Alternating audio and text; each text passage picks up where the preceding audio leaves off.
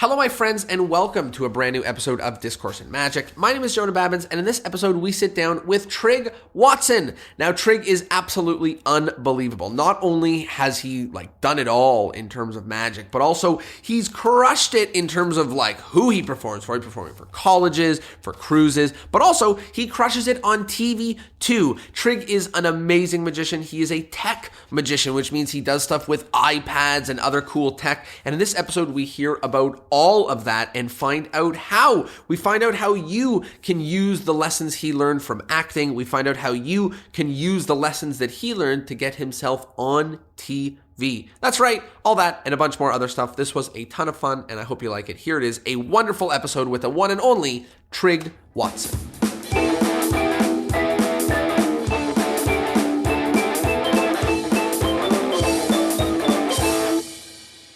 I am so excited to have you on. A little peek behind the scenes. We've had the opportunity to work together over the course of the last year, and it's been awesome. And it's just been really, really cool to watch the creative stuff that you do in Magic, and particularly as somebody who really, really plays in the overlap of Magic and technology. I think virtual was maybe a really fun place, and it was really fun to watch you do crazy, epic, interesting things in virtual and play on those kind of Magic tech overlaps. So pumped to kind of get to that at some point today, but let's kind of start first at the beginning. Or maybe let's go now and then go back to the beginning. Let's talk about now for just a second. So how are things the last year? How have you managed, how are things, managing right now? And it almost like we're on the way back right now. So talk about that for a second, and then we'll go back in time. Yeah. Well, I feel like I've probably spent the first few months of, the pandemic when everything changed, and up until, the end of last year, just focusing on figuring it out, just getting to the point where I felt good in this virtual medium.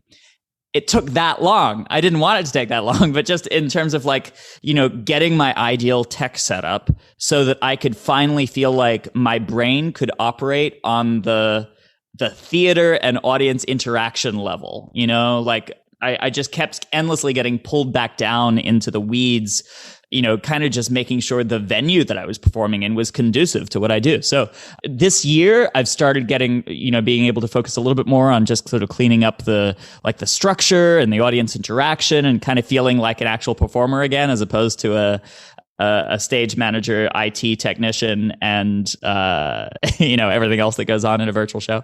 But yeah, now I'm kind of in this weird, interesting place where I want to continue doing my virtual show because I really am enjoying it, and I'm really proud of some of the stuff that I've designed for it. But I'm also now having to reconcile that with the fact that I'm beginning to get some live opportunities, and I am now thinking very clearly about, okay, how do these two experiences combine? And, there's a lot that I took from virtual that I think I will incorporate into my live show. And then there's elements from my live show that may creep back into virtual. So, it's just this, everything is shifting and kind of, I don't know, how do you say it? I'm recalibrating, to kind of live in this duality. It is interesting to think just in the same way that an office of 50 employees, they all used to go in 5 days a week, and now let's say the pandemic, it ends and all the employees' word on the street is that they want to work from home 2 to 3 days a week. We hear about that happening now, in a lot of newspapers. And I wonder if, that's an indelible, that's a mark that's left on the world by the pandemic. And maybe another one is that magicians are why aren't I putting 9 cards on everybody's seat? Why am I not doing that? It provides for so much engagement and so much fun and so much. Why aren't I asking everybody to engage with their full bodies? Why aren't I, doing all these things that we maybe had to learn how to do the hard way or whatever. So really, really interesting to think about some of those things that may go from virtual back to in-person, which is super interesting. Let's go back pre-virtual, pre-Zoom explosion, all the way to the very beginning. Talk to us about how you got into Magic. I was 4 years old. One of my friends, Carla, her older brother, was a magician. and I'm from Australia originally, even though I kind of have this weird. Wow, I didn't know that. Point, you know what? I guess maybe I could when you said the word Australia, I was like, oh, that's crazy. I guess I could see that, but wow, I didn't know that at all. Really, that's really interesting. Well, I have this really weird, not to get off topic too much, but I have this really weird Aussie combo because I've spent most of my life living in the US at this point. I moved to the States when I was 11. I had a very thick Aussie accent probably through high school. Wow. And I tried to hold on to it because you get attention for it. When you're like, the guy that has the cute Aussie accent, you get attention for it in school. And like, I was like, that was part of my identity, but it slowly just disappeared. And wow, that's crazy. That's I think if I had moved maybe like at age 15, it would have, like they say that like, the earlier you move, the more you adapt to it. But anyway, now I have this weird Aussie, Cajun, Texan twang that doesn't really place me anywhere. A lot of people think a lot of people early on, as I was slowly losing my Aussie accent, more and more people thought I was from Boston because I would park the car, like there's certain parallels. But anyway, so I'm living in a Townsville, Australia. I was 4 years old. My friend Carla had a birthday party. Her older brother did magic. And I remember him doing some version of the cups and balls, but with little, in Australia, we had these little candies called minties. And they're basically just wrapped mints that you can suck on. And he did like the cups and balls with minties. And I remember, this is what I remember. I remember him putting a mint in my hand and it disappeared in my hand. That is what I remember. I have no idea what the actual effect was or whether maybe it was like all of a sudden another mint appeared in my hand. But whatever it was, it left an impact and went to the library, got some magic books. And that's kind of, how it began. I love that. So a few questions. I guess the place I'm immediately led is about, I think every kid sees a magic trick once, right? So there is obviously something else that either maybe hooked or more honestly, like you probably found more opportunities, whatever it was. So I'm a little bit curious about kind of that, and then as well about kind of what existed in Australia. Were you connecting to other magicians there? Were you like, what was it like for you? Did you start connecting? Was there magic shops? What did you do? Yeah, there wasn't much. I think what kind of made magic become something that wasn't just a passing phase like it is for a lot of kids, for me, was that already, like in a parallel stream, I loved making stuff. Like I was always rummaging through the garbage, taking some cardboard boxes and making a robot costume. I was always watching movies and trying to recreate the movie set in my backyard. Like I was always like looking at these visual things and then trying to make them in real life. And when I started learning magic, these magic books. I remember I had Faye Presto's magic book. I don't remember the title of it, but I remember like there was it was like a lot of arts and crafts. Like you have to take a cereal box and like glue in a secret partition so that's where you hide the cereal when the cereal appears. You'd have to make these tubes. And I loved the arts and crafts aspect of it. So magic for me, I think became like the perfect vessel to contain these two passions of mine, which was like, I love the making stuff and I love being a performer, being a showman, like a bit of a ham. So magic was one of those art forms where it could like scratch both of those itches. And, I think that played well into the fact that, that's partially why I think that was further fueled by the fact that there weren't any magic shops around where I was living. So like I had to make it all myself or pay double the exchange rate to order a magic trick from the US, and it took a little while until I had the funds and the means to start actually buying proper magic tricks. So in some ways I'm grateful for that because it put me in the state of mind where like I was already making my own stuff from the get-go. There was one magic club. There was a magic club run by this guy named Ian McDougall, who I've still kept in touch with. He was a computer sales guy by day, and he ran the North Queensland Society of Magical Entertainment, which was essentially just a bunch of old guys meeting once a month, and I was like the one little kid that like had an interest in magic that my mom, drove me to the meeting. So they had a bunch of different magic books. Like I remember they had the Tarbell course in magic. They had Mark Wilson's book. like they had a little library. One of, in the club, they had a librarian essentially, and he would haul this tub of books and we'd be able to check out these magic books. So I'm so grateful to that, between those monthly meetings and that little library, I could check out a few books. That's kind of how it began. Wow. So checking out books, and it's amazing, like having books like the Tarbell course and wanting to build stuff, and that being like your only resources is like pretty amazing, like it's a pretty great thing because there's unlimited different things you can build in those books, and it's like arts and crafts basically. So I love that. Talk to me about, there's two moments I'm really interested in. And the first is like discovering other magicians. So it sounds like you did that. There was like a club. Oh my goodness. I found all these guys who love it. Then the second thing is about taking it seriously as a career, because it's both a strange thing for us and maybe often a strange thing for us to explain to our families or whatever it is. So talk to me about, was there a moment, was there a turning point for you about deciding to take this seriously professionally?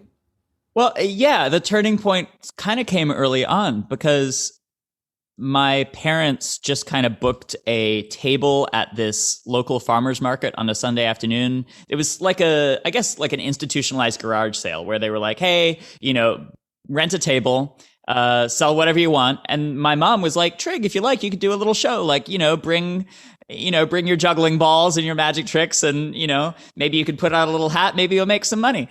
They had no idea what monster they had unleashed, because I was probably 7 years old by now. I was this adorable little kid with a high-pitched voice, and I was into circus stuff. So I was making balloon animals, I was juggling, I was doing magic tricks. I even made little business cards with like little sheets of paper that said, Tricky Trigg, I am available for young children's birthday parties. And I'm 7. I'm almost 7 years old. How much younger? What's the John Mulaney joke? It's like hiring a horse to watch your dog. Yeah. Something like that. For sure. I mean, like, I wouldn't do anything. Like at 7, I probably wasn't comfortable doing a kid's party that was older than like 4 years old. Like I could handle the 3-year-olds. Of course.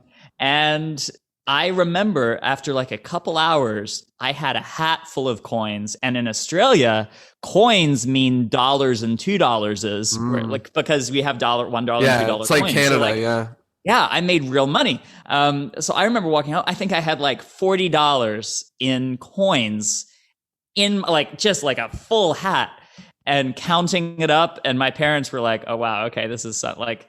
And I just wanted to do it again and again. So I started busking. I would get a permit to busk at this Sunday market in town. I started getting little kids' birthday party gigs. So like by 8 years old, my poor mother was stuck every weekend driving me from birthday party to birthday party, charging me a little bit for gas money because she realized that I had the better end of the deal. And so pretty early on, I was like, I wasn't even thinking about, do I want to make this a career? Like this was just what I did. I did magic and people hired me. So it's like very early on, I had that entrepreneurial spirit. And I sometimes think, like, I'm often so grateful because if I had been in, I have friends who I was always jealous of that like grew up in LA and like just had the magic castle in their back pocket. But because I didn't have that, I had to make the venue for myself. It wasn't anything to slip into. So I had to start my own business if I wanted to perform at all, because I had to make people know that I was available to perform. So yeah, really grateful for where I grew up looking back. Well, there's no question in my mind that people that like perform on the street and busk and, all of that, get chops in a way that other people don't. Like, it's almost the worst situation that you perform in when you start, the better you are as a magician. Like it's almost pretty much true like that. So pretty interesting and funny to hear that. So talk to me about kind of the next phase. A lot of people go to university for biology while they're doing magic on the side, but that wasn't the case for you. You were going to school for like theater, for like tech, like theater tech, right? Like theater. If I remember correctly, is that right? Kind of. So partially right. So I did pretty well in high school in terms of grades. Like I was always a really good student. Like I wasn't one of those people that was like, I'm just a magician and, forget everything else. I was always like doing a lot of different stuff, which probably had a bit of a negative impact on my magic career because I didn't focus, but But when I got out of high school, I'd looked at a bunch of different schools. My parents told me that I could go anywhere I wanted as long as I got a scholarship to pay for it. So, I like hustled to get, a really good scholarship to a school. And I didn't really, I had this like sort of entrepreneurial business side of me, but I was also really creative, didn't really know where I wanted my life to go, knew that I wanted to perform professionally, but wasn't sure if it was going to be full time. So I just decided I'll be a business and a theater double major. Right. And I like that I could call it show business. That sort of made me happy. So when people asked me what I majored in, I said, I'm show business and theater. So, it was a challenge. Because like if you're a poli-sci and religious studies major, or like a poli-sci and economics major, there's some overlap in terms of class schedules. But in order to be a business and theater double major and make that happen, I had to take over 18 hours a semester every single semester. I was taking summer school. I was crazed, but I did it. And really grateful for it. And both of those majors certainly contributed to, how I now see myself as a magician. I love that. Talk to me about kind of the next phase of the journey. Was it, I know you perform on wonderful stages. Colleges are phenomenal stages. You've got really high quality video footage. You've been on television. We'll talk about a little bit of that in a sec. But I'd love to kind of hear about, I think there are a lot of magicians who maybe started in the do magic tricks for people in my neighborhood, want to maybe do more than that, but aren't necessarily doing that. And I'd love to kind of hear, what do you think maybe the one or two things were that made you go from, a local kids magician to kind of, a full-time magician at the scale that you're at? Obviously, now, but what was the difference maker? Or was there like 10 or 20 years of you doing something like restaurant magic, or something that I don't know here, that to bridge the gap?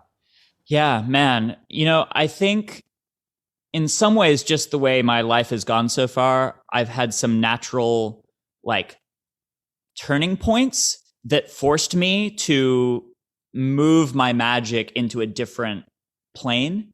For me, it was one, moving from Australia to the US, because like if you suddenly change your life where you're living in a brand new location, you kind of have the opportunity to start over because no one knows who you are. So you can kind of decide who you are from that point on. And that helped, I think. If you live in the same city your whole life and, you start off doing kids parties, I think unless there are, and by all means, children's magic is an incredible profession. So I'm not saying that you need to change it. But if you were looking to transition, I'm grateful that just I changed my environment a few times, over the course of my, adulthood, adolescence, that just kind of forced me to evolve. But yeah, for me, it was just throwing myself into new places. So like when I was a little kid, I was doing little kids parties. When I moved to the US, I learned about these library shows, and I like made these press kits. I had the Tony Daniels Kids Show Magician Handbook, which was like an early on like kind of, how to be a magician and run a business book that I inhaled. And I did the work. Like I made the testimonials, so I promoted myself to childcare centers and libraries. And like my summer was full of performing in all these different counties. So that kind of gave me confidence to like book my show. Simultaneously, I did about 10 years of restaurants. I was working every Saturday night at Los Tres Amigos Mexican restaurant in Slidell, Louisiana, going from table to table. When I went to college, I worked at Spaghetti Warehouse. I got paid like $60 for the night, and they gave me 2 free meal vouchers plus tips. Like it was the perfect college job. This was all through college while you were doing. Yeah, during high school and college, I was like my restaurant years. And that gave me a lot of confidence in terms of just like knowing how to approach a random group of strangers that aren't there to see me, nor do they care, and making them care, making them want to look. But yeah, like moving from Australia to the US, a lot of people don't know this because I don't publicize it, but in Australia, I was performing as a clown. I was Tricky Trigg the Magic Clown. I would juggle, I'd ride the unicycle, I'd make balloon animals, and I'd do magic. I was like this full nonstop shop of circus and magic. And when I moved to the States, I already sensed like clowns were not cool, especially with like the It movie being a big deal. Like you say you're a clown and people like are like, I love clowns. I think like that art form is incredible if you do it right. But the problem is that like the stereotype of the dude, well, the stereotype of the dude with the red nose has kind of, I think, it's left a bad taste in people's mouths for whatever reason. The actual role of a clown has been become kind of, I don't know, soiled with Hollywood stuff. So all that to say, I was like, you know what? From here on out, you know, at age 11, I'm like, I'm going to be serious about my magic career. I am now a magician. So that was the first time I was like, okay, now I'm just going to perform as a magician. And then when I went to college, I moved from Louisiana to Dallas. So I started from scratch. I lost all my kids show work, all my client base for all my childcare centers and stuff. So if I was going to work, I had to start over.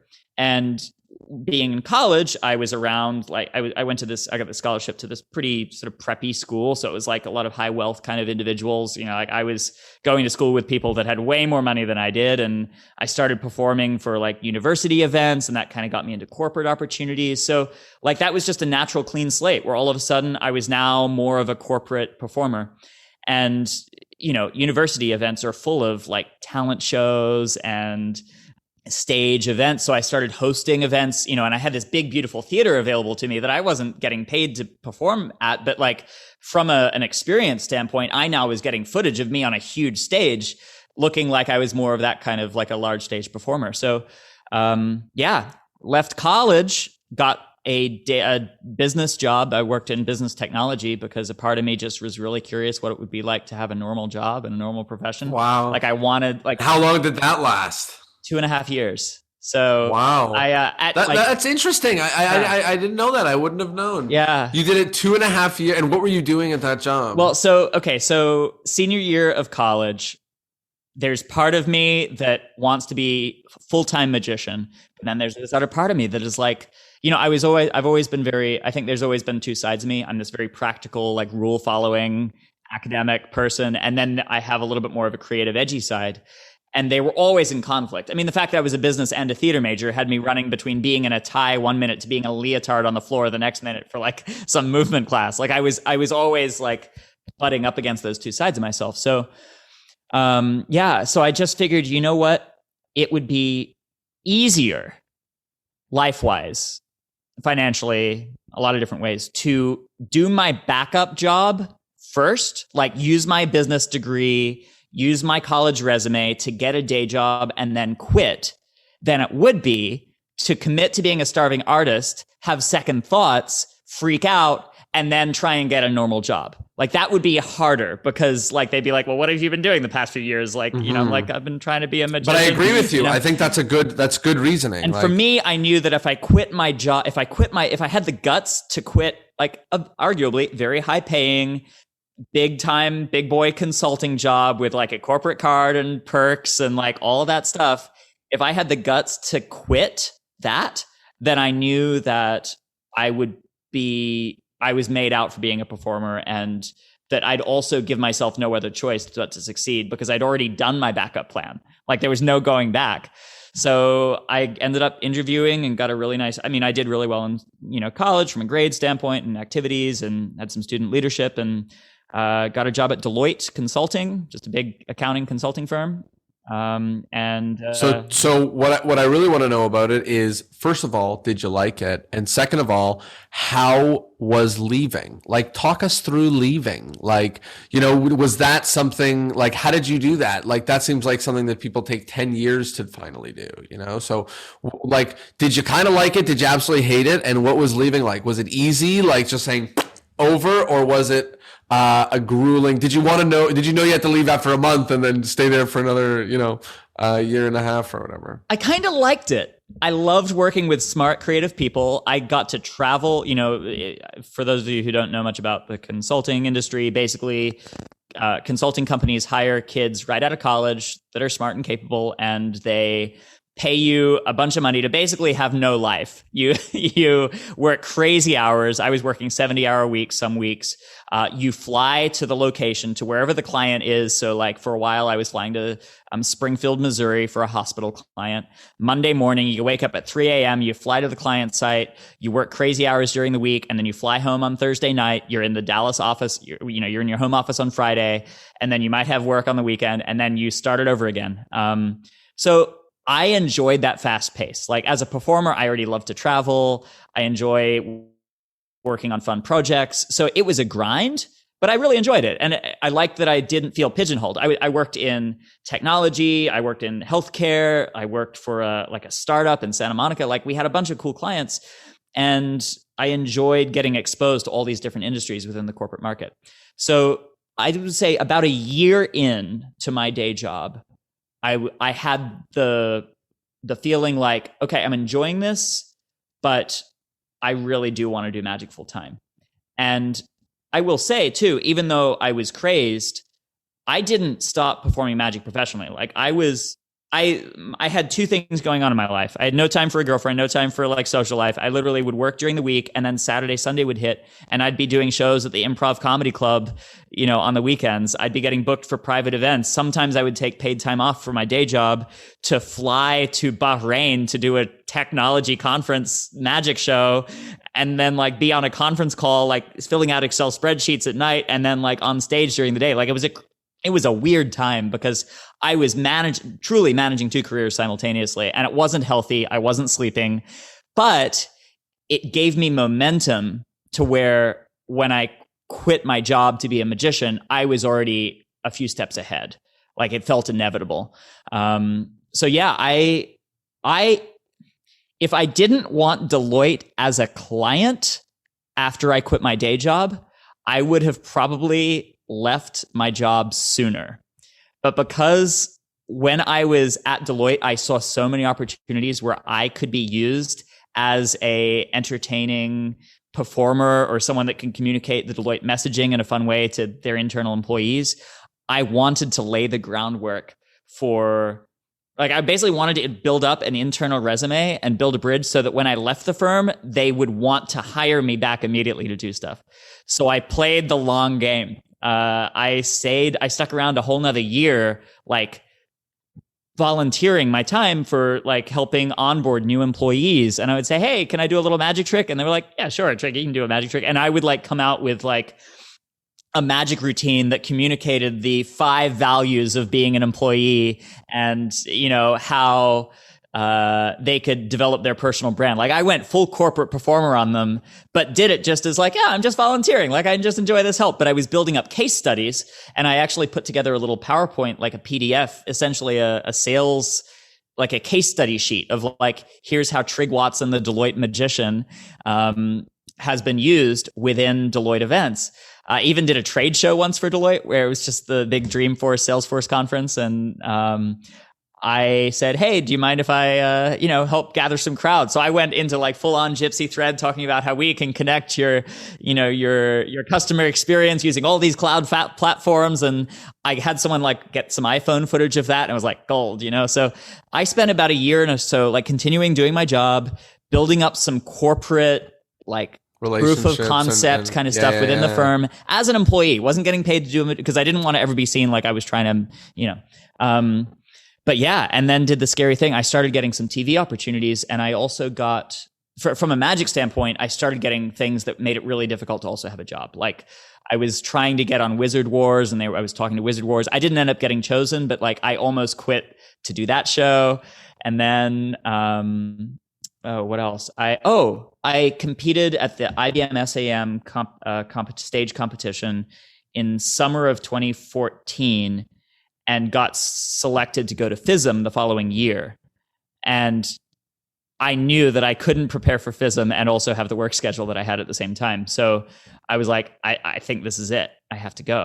It almost sounds like it's pretty great that job was so demanding of you that like you couldn't have tried to maintain both at the same time. Like I know because I work with a lot of magicians in the business world, and I help a lot of them. There are a lot of people who are in the position of like having a full-time job and also doing shows, and it is interesting that like you didn't really get to clock out at 4 p.m. from your job, so it was nearly impossible to manage both, and you had to kind of make that leap. So I love that. Thank you for sharing that behind the scenes story. I want to talk a little bit about your magic. I think anybody who's been listening so far at the the 5 steps to being a Deloitte employee magic trick can probably intuit that you are quite creative with your magic, that you maybe go the extra mile, and you're known, whether formally or informally, as like a technological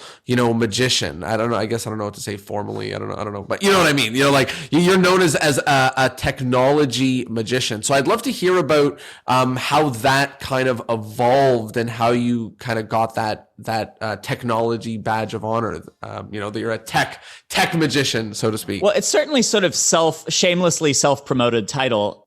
I have struggled a long time with figuring out like what my place is within the world of magic. And I don't believe that magic, I don't believe that like everything I need to do has to be technological in nature, but I've been keenly aware, just looking at people that are years ahead of me in terms of their career, that the best magicians have a unique angle and have a persona that's very definable.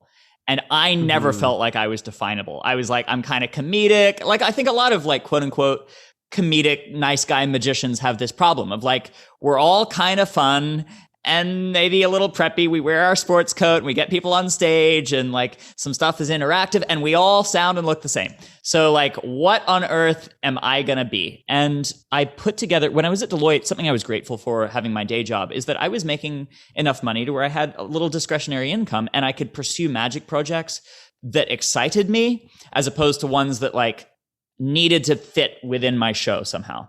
So I really, like when the iPad came out, I was like, oh man, like that just is like, has so many possibilities. Like it's kind of shaped like a temple screen, like it's kind of that shape. So what if I could have like 3 iPads and like, just like have the load chamber behind and like produce stuff? Like I started just seeing, like I think, one of my strengths is like looking into the modern world and seeing, oh, that new thing is the same shape or behaves the same way as this super old magic prop from years ago.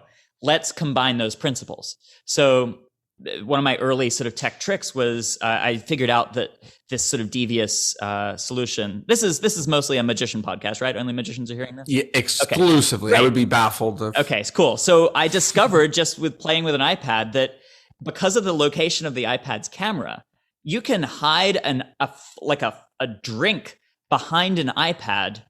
And you won't see it through the camera. If you turn on the camera app and you see that you can hide something, it's like, okay, that's interesting. So what if I overlay a digital image of that drink on top of the camera view as an animation and then reveal the real life object behind the iPad? That would kind of look like it just fades into existence. So it was like, oh, that's really interesting. So I worked with some developers and coders and like bought an iPad, and like figured out this really cool like appearing drink effect where basically I had a camera, I had the iPad on, turned on the camera, set it on a table, waved my hand in real time behind the iPad camera, and this Starbucks coffee cup just faded in, and then I would lift up the iPad and reveal that it was there.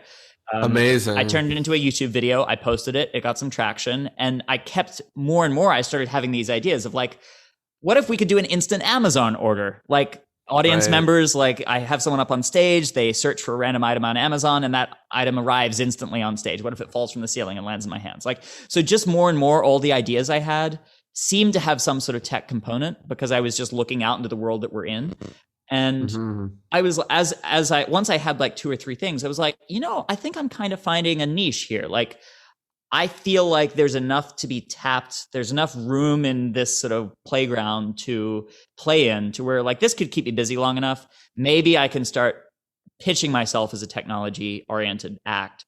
And I really don't want to pigeonhole myself that way. Like if I had my druthers, I'd much rather just be a magician. But for lack of having anything else that I felt like made me unique, I was like, I need some sort of marketing angle. I'm going to go that route. And that's so in the past couple of years, I've just kind of really hit that hard. And I'm having fun with it. I mean, it opens up wider doors in some ways. Yeah, I was going to say it certainly seems to have paid off. And I think that, a lot of magicians who struggle with their identity may want to use an opportunity like this to read between the lines and the fun stuff that you play with and you like to do. And, that may help you find the unique identity that you have. I love that. One thing that I want to talk about with this is that in Magic, one thing that we've returned to a few times in this podcast is that to do magic is not necessarily difficult. As in, you can go and you can buy a trick, you can do that trick. You can even do that trick professionally on a college stage and not add jokes, add anything unique, and you can just regurgitate a trick that somebody else published and just get the laughs at the point where they wrote them. And that's allowed.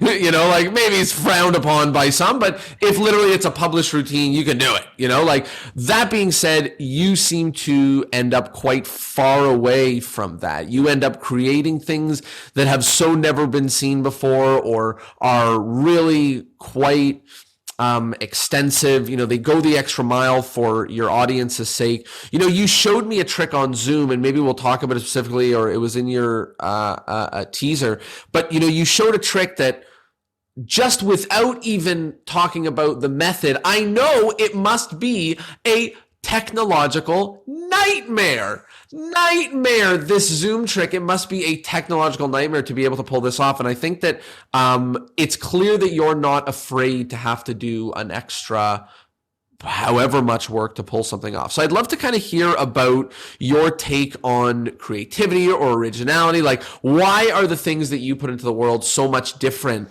or so far removed from a magic trick that many of us see so much of the time? Yeah. Well, I mean, just to sort of ground this in a little bit more reality, I'm fine with you sharing the trick you were talking about, just so we can use that as an example if you like. Yeah, I mean, I can describe it. You probably will better, but basically it's a prediction trick where everybody turns their phone up to the screen and they were each sent an image, and all of those images pieced together like a puzzle on the Zoom grid to show the image of the person that was predicted. So it was Lady Gaga. Yeah, or it's essentially it's a mosaic image that kind of forms together. So the reason that I like a lot of the stuff I do takes so much effort and so much setup, and I sort of am my own worst enemy because I know that I could simplify things so much if I didn't care so much about, or wasn't so selfish about stubborn about doing certain things in my show, is that for me, the idea is always king. I don't work on something unless it excites me.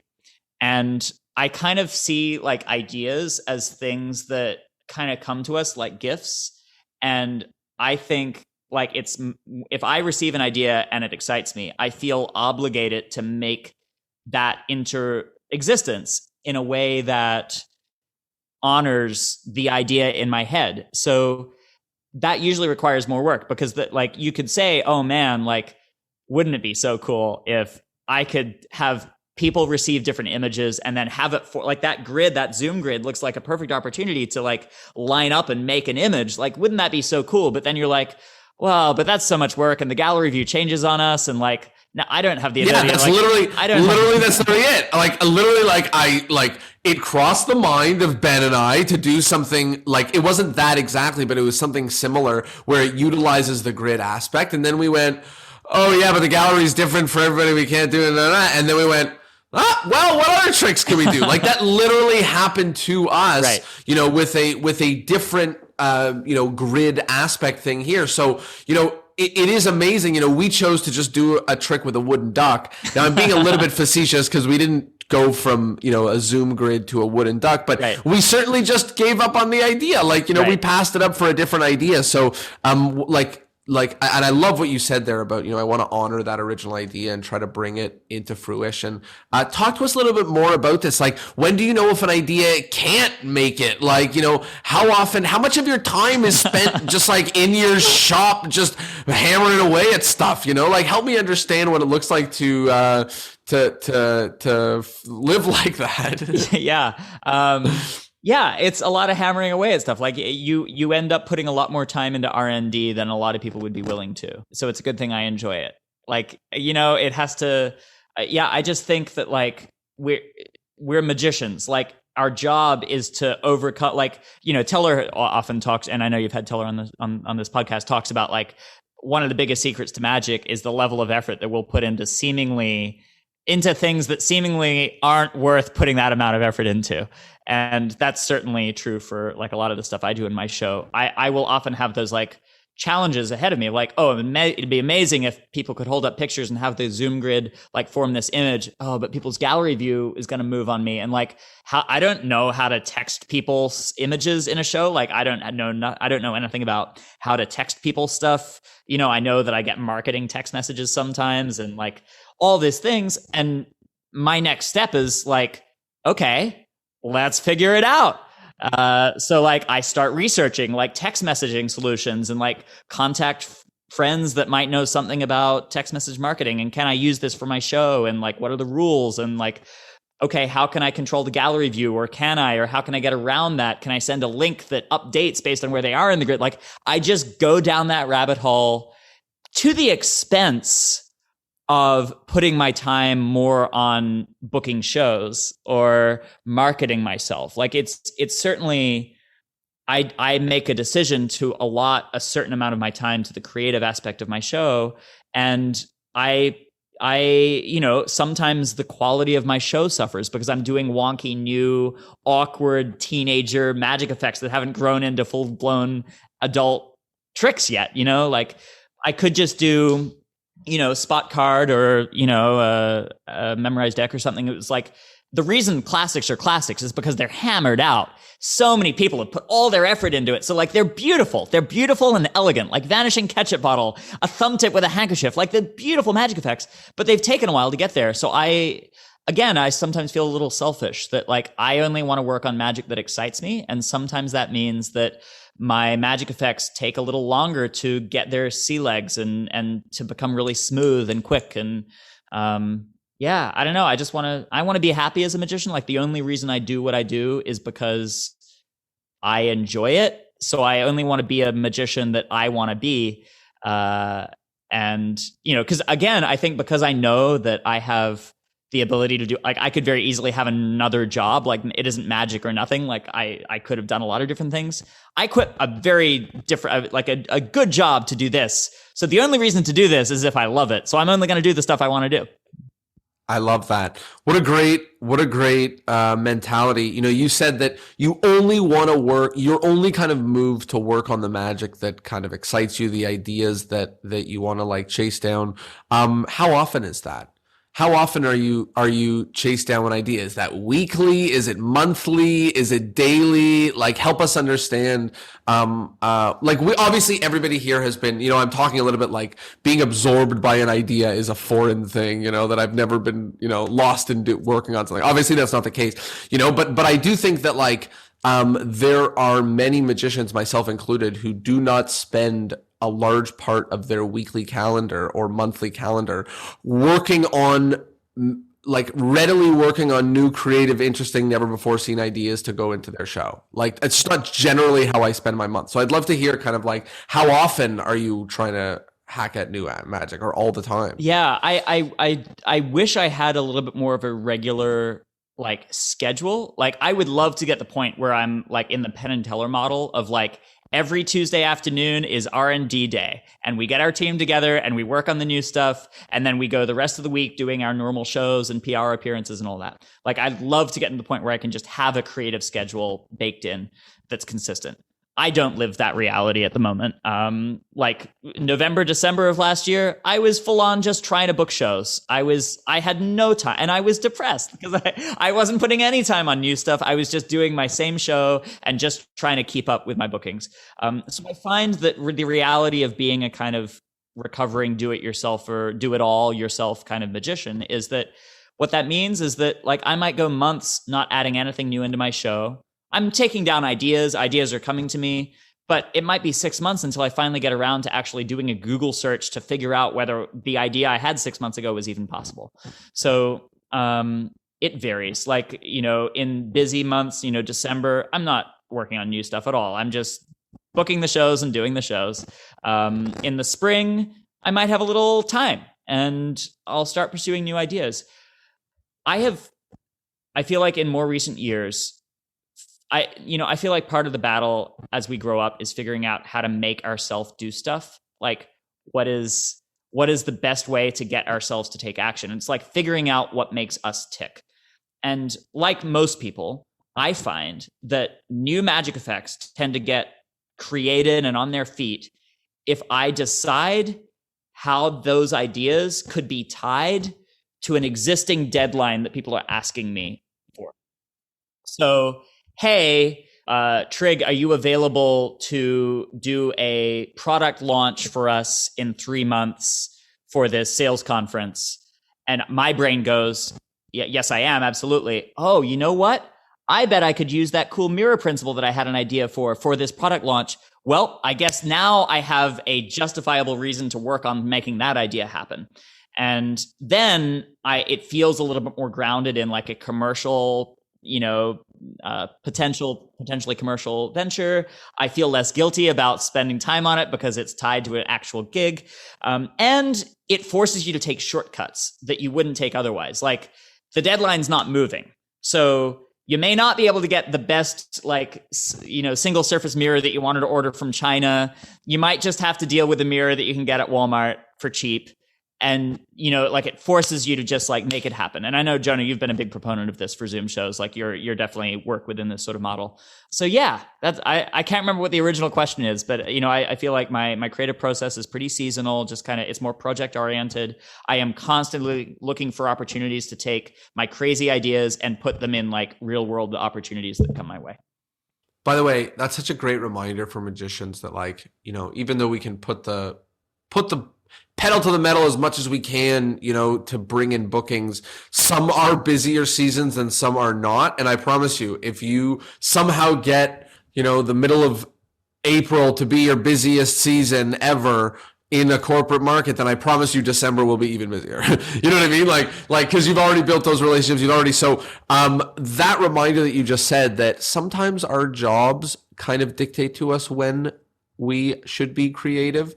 Our markets, so you work in college markets, which have certain up times and down times, and there was a time of year where I was basically really busy in the summer and December, and that's it, right? Which gave me more time to be creative. So I think that we all kind of have creative and non-creative space in our calendar, and I really love that. So thank you. The next thing I want to chat about is television. You have been on television a lot. You've been on news. You've also been on things like Fool Us, which is a phenomenal spot, and on the Masters of Illusion as well. And I think that being on TV and doing magic on TV is not easy. It's a completely different can of worms. So I'd love to hear maybe some advice for people who are trying to get TV spots. Obviously TV helps do a little bit of things for your career, even though so much is on the internet right now, getting on TV is still critical. And you do a great job of not only getting those spots, but also just delivering high quality magic on TV and then ending up with high quality videos of you just nailing TV spots. So I'd love to hear some advice for not only how to get them, but also what to do with them once you got them. Yeah. Wow. I mean, yeah, this is a big topic. My first TV spots were just morning news shows that I would get from local gigs, or I might be booked at the Indianapolis Winter Magic Festival. So through my magic convention contacts, I might get invited to do a little magic show, or someone might do a fundraiser and book me. And because the PR team for this event wants to promote the show, they'd be like, "Hey, Trigg, we're booking this news spot. Would you be willing to be a part of it?" And, I would go on and I'd do extreme burn for the camera, probably badly, and just kind of get my feet wet. So yeah, I think the best way to start thinking about or just getting TV experience, the lowest hanging fruit are your morning news broadcasting. If you're a live performer already, you have shows that you can promote. If you are being booked for a public show that has a fundraising or like some sort of philanthropic angle, that's a story. Make a press release or ask them, their PR team, offer your client like, hey, I would love to help promote your show. If you can put together a press release, I'll make myself available. I think that's the best way to get in. And that's the easiest way to get television footage yesterday is is just do that. As I got older, I, through competing in magic competitions, I started, I remember one of my earliest TV appearances was just like when I was at FISM, they turned that into a TV show and I got a really nice tape out of it. I was fortunate enough that for Fool Us, I was on the first episode of Fool Us, or the first season filmed in the US for Fool Us. And I think I just was fortunate to be a name. That was the second season, right? Like the second official season? Yeah, it was exactly, because the first season they filmed in the UK. Yeah. And I think I was just fortunate to be on someone's list of like, oh, here's someone that comes to mind that might have some cool content.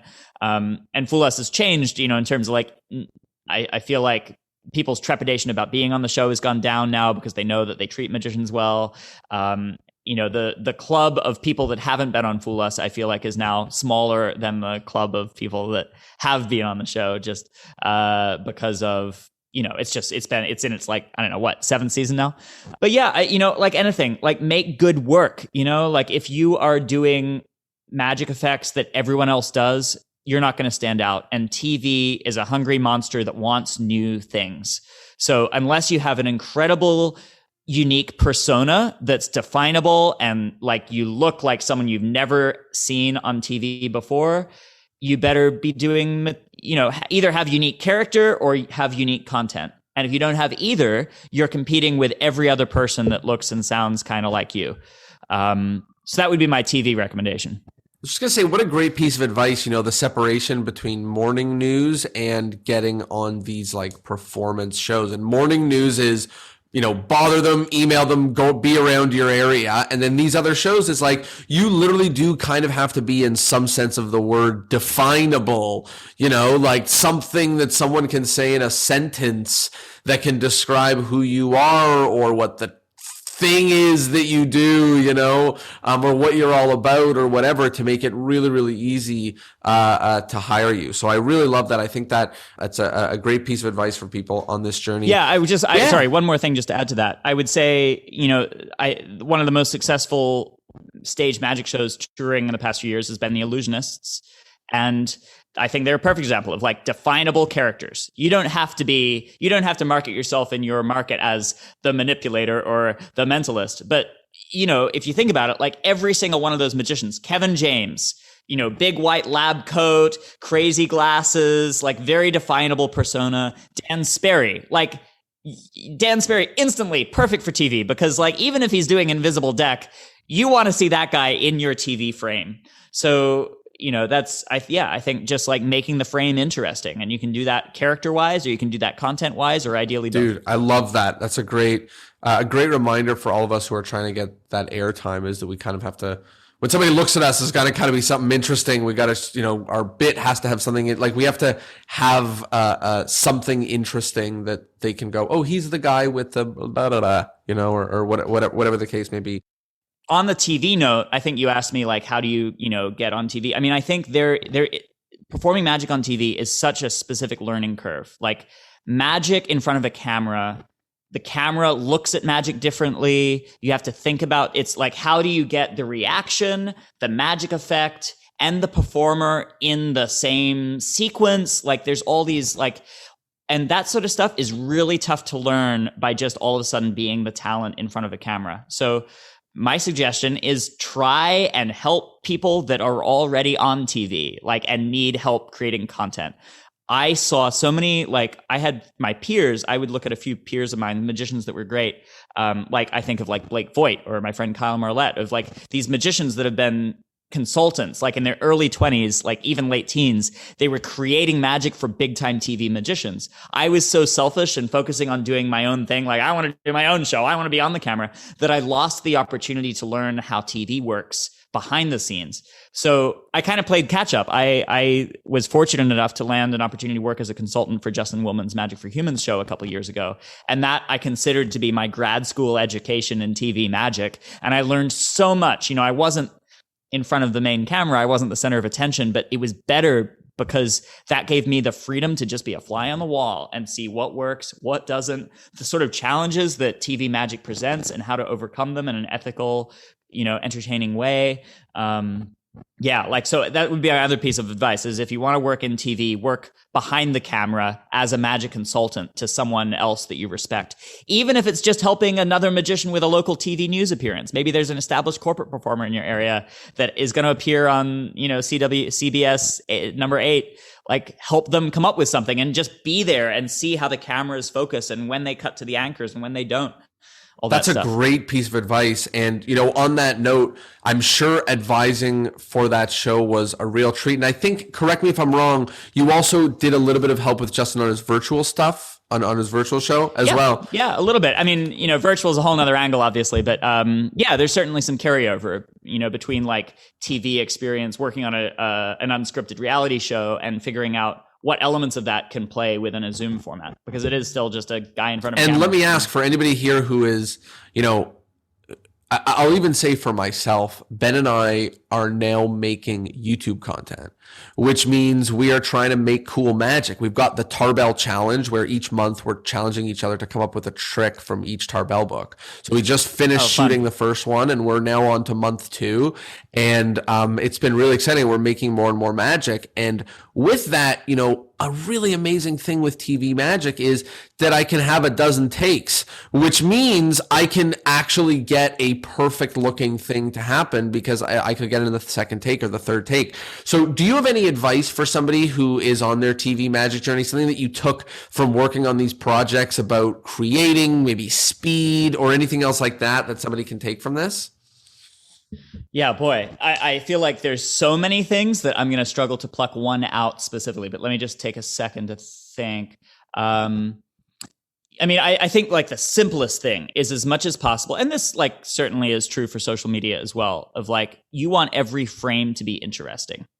You need to be able to pause the video at any moment and have something interesting going on, which probably means not just seeing some hands holding a coin. Like, we need to get the spectators in the shot, their faces, or we need your face in the shot, or have something else going on that's really intriguing. So just think about framing, like just this is true for Zoom shows as well. So I feel like a lot of magicians that have been working the last year in Zoom have gained some really valuable TV experience, which is, we're no longer doing 3 fly down here. We're doing it up here, and I'm doing this as though the podcast. But everyone understands. Right. Everyone knows what you're talking about. Yeah, but like, get your face in the same frame. So I would say that's certainly something. I mean, like you said, for sure, you can get a bunch of takes with TV magic, but also sometimes you can't. Yep. Because time is money, and true. Clock is ticking. So like, for TV magic, often like we would build ridiculous props that would last, like wouldn't stand up to the rigors of like a working stage performer, like being used night over night. But we would make 3 of them so that, if that broke, we have an instant replacement. We can fly in, like, quiet on set, bring in the new prop, waiting on magic, and action. Like, we can just like drop in the new prop and keep going. So just being overly prepared. It is interesting because Ben and I, the amount of tricks that Ben and I have built, like actually built in the last 12 months, we built our own bowling ball production that is not how bowling ball production is supposed to be built, I'm sure, but it's just functional for us. We're in the process. We're like halfway through a like mirror box.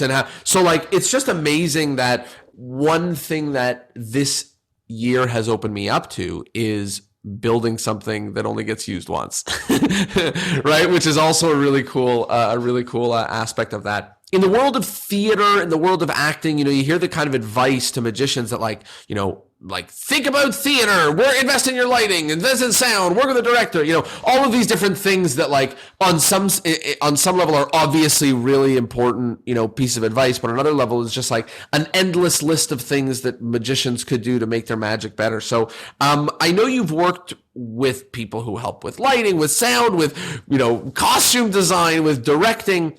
If somebody was trying to take their magic seriously, obviously there's a million ways to do it, but they're trying to get help from one person. Who would that be? Would that be a magician? Would that be a director? Would that be a design? Like, who would that be in your eyes?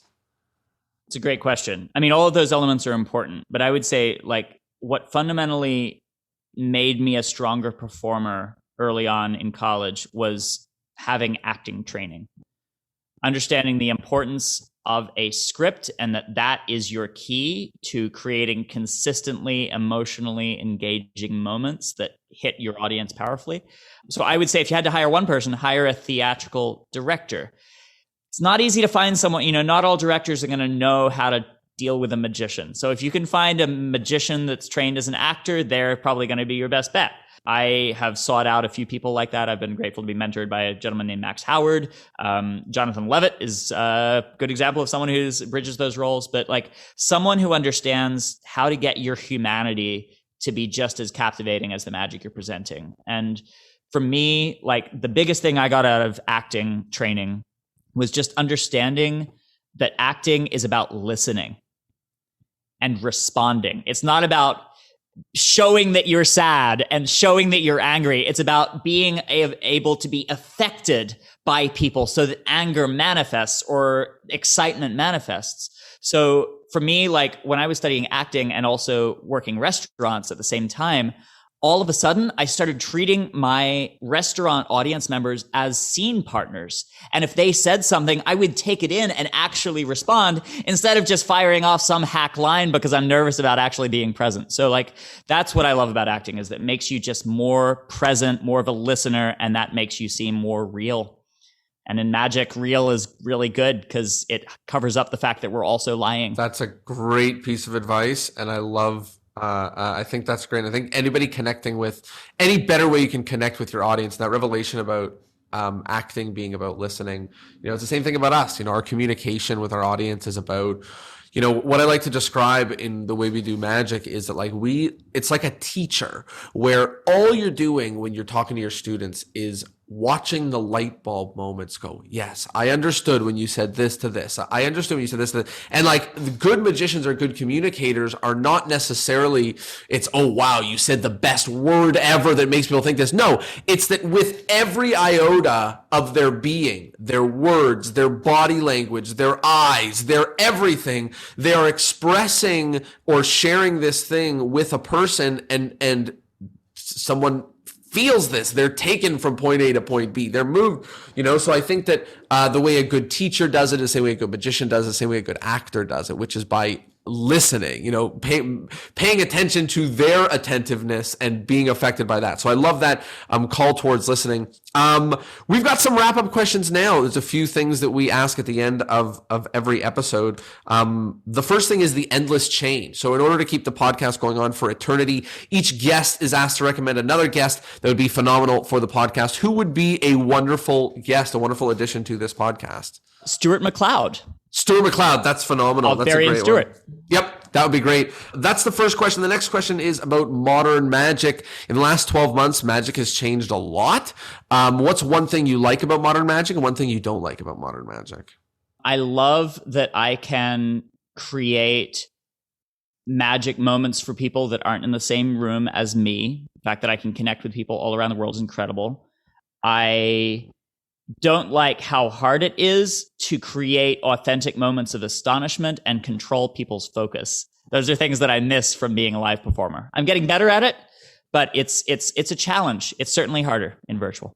The second last thing is the take-home point. So people have been listening to us talk about magic for a while now. We spoke about a ton of different really important things. If people are going to think back to this episode and remember one thing, aside from the iPad tech episode, so we leave a mark. No, I'm just kidding. I'm just messing with you. No, but if they were to look back to this episode and think of one thing, remember one thing, what would you love that one thing to be? I think the listening thing, that if we can just listen to our audience and be more present, then that will take our magic further than any other trick we could buy or make. The last thing is, where can people find you on the internet and all of the wonderful things that you are up to? Facebook, Instagram, TikTok, etc. @ Trigg Watson, TRI. You're on TikTok now, yeah? I'm TikToking. It's been a little while since I've TikToked, but I'm planning on getting right back to it. I'm picking it up again. At Trigg Watson, Trigg, Watson, Watson.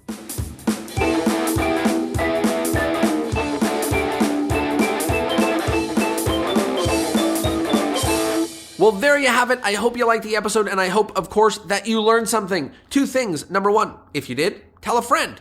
It means the world, and it's the only way that podcasts like this spread. That's the first thing. The second thing is that if you are working on your virtual magic business and you also want to grow, get a whole bunch of more bookings, then you can find me on Facebook or Instagram, or you can send me an email to info@discourseinmagic.com with the word upgrade, and I will know that you want some help with virtual magic, and I'll tell you about what working together looks like. Other than that, thanks for being here. Love you lots. I'll see you on social, and I'll see you next Thursday. Peace.